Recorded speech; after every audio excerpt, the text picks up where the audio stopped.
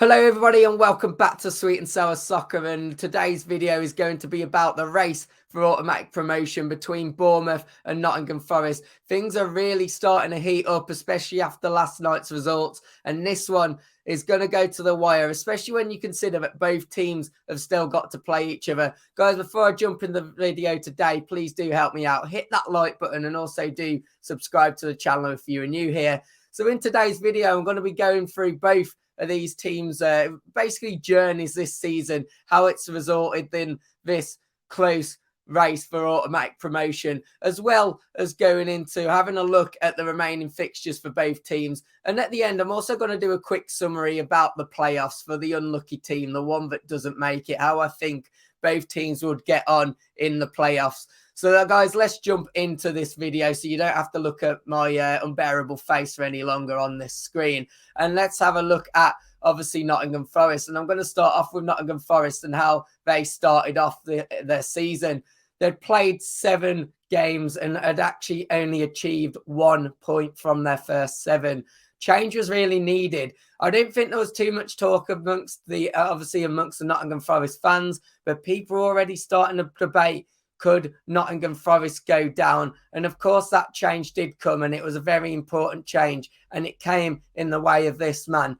They got him from Swansea, Steve Cooper, coming in to take the reins at Nottingham Forest, and that's when everything did start to change. The first thing that he did was implement a back 5. Now, interestingly, this was probably done, I imagine, to start with, to improve Forest defensively, give them that bit more of a stable back line. But what it actually also did was enabled their talented wing backs to get forward. Obviously, Spence, and now more commonly Colback, is used as that left wing back. It allowed them to get forward and contribute a lot more, using their attacking ability to then get up the pitch further. And looking at the table by Christmas, and this is where we'll also talk about Bournemouth, this is how things looked. And what's really interesting about this is the fact that by Christmas, Nottingham Forest were already up to 9th place and on a bit of a charge towards the playoff positions. Of course, they'd also at that point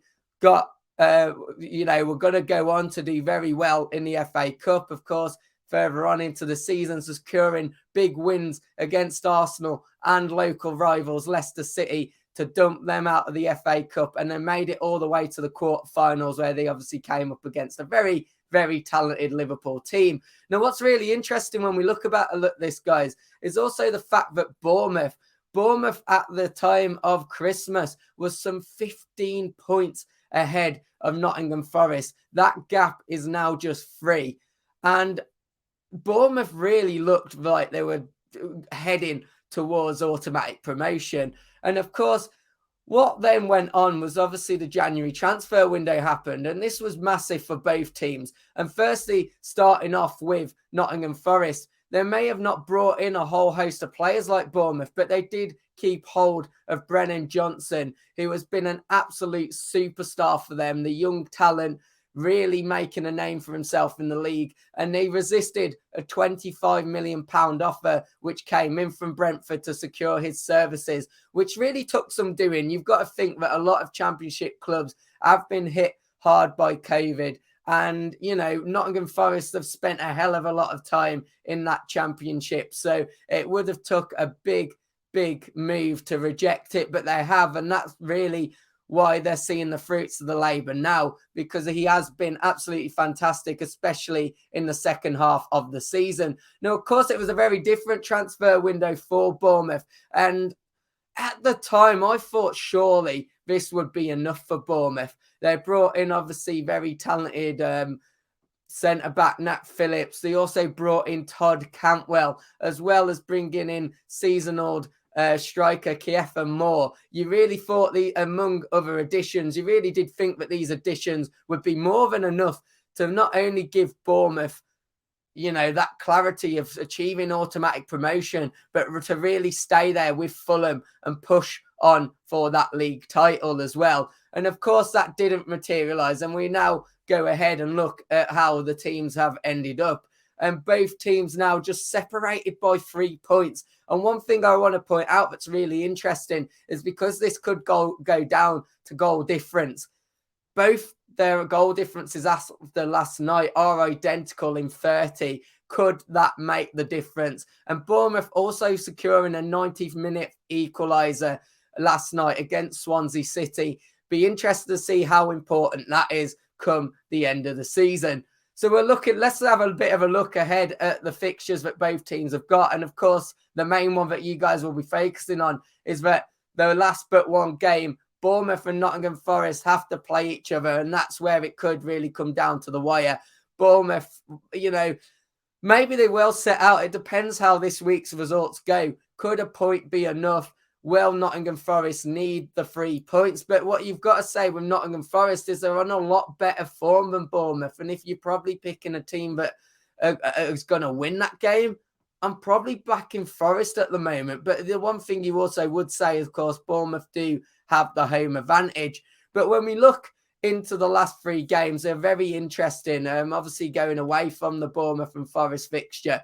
Firstly, Nottingham Forest have a very hard fixture at the weekend, albeit at home. They come up against the Swansea team, but they have drawn the last 3 games, but are unbeaten in 8. They really have gone on some good form, and it's not going to be an easy victory, this, and you do feel that maybe Nottingham Forest do need to at least match Bournemouth's results. Now, Blackburn have been in terrible form, to be honest, but pulled off a massive 4-1 win against Preston North End in the last fixture.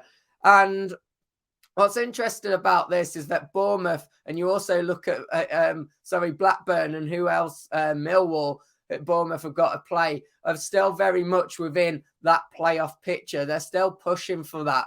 Of course, Millwall, it could be a bit up in air come their last game of the season for Bournemouth, depending obviously on how fixtures and results go. But both teams are still very much within the playoffs. And Blackburn, although they haven't had the greatest of form lately, you could argue that win against Preston, is that going to spur them on to pull off a big result away at Bournemouth? And looking ahead at obviously the Forest fixtures, Forest last fixture, they go away from home, albeit, but they face Hull City. You really do think Hull are more than safe. They've done their job. Are they going to be a bit more relaxed than, of course, a Millwall could be if Millwall still have something to play for, albeit a very outside chance?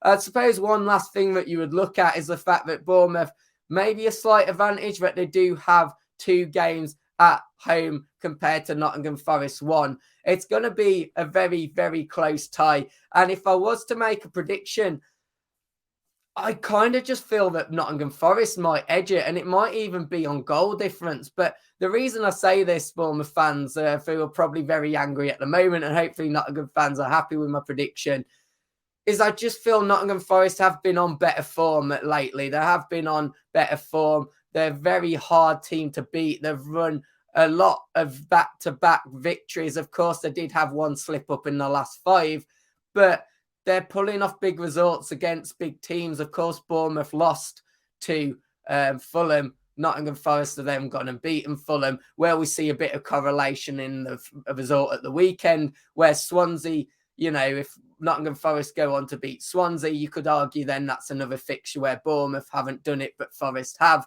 So, of course, one team will have to face the playoffs. And interestingly, looking at the playoffs are not going to be easy this year. You've got Luton Town, you've got Huddersfield, both in great form. And the interesting thing about especially Luton Town is that they will be on the road to making history. They're going to be potentially the first ever team to go all the way back down to non-league and then come all the way back up. And it really would be something that's quite historic. And no offense to either team watching this, or even if there's a Huddersfield fan watching this or another championship team, I do feel the neutrals are going to be massively behind Luton Town in that playoffs, just because it is such a fairy tale story. Of course, Huddersfield Town have been on absolutely fantastic form as well, and they are not going to be easy to beat when it comes to the playoffs. And of course, there's that unknown team, whether that be Middlesbrough, Sheffield United, possibility of it being Blackburn, possibility of it being Millwall. There's still 4 teams that could get that last place, and still all 4 of those will not be easy fixtures at all. Nottingham Forest, I think Nottingham Forest probably have a slight better chance in the playoffs than I think Bournemouth have, if I'm being completely honest, and that's just because of their way of form.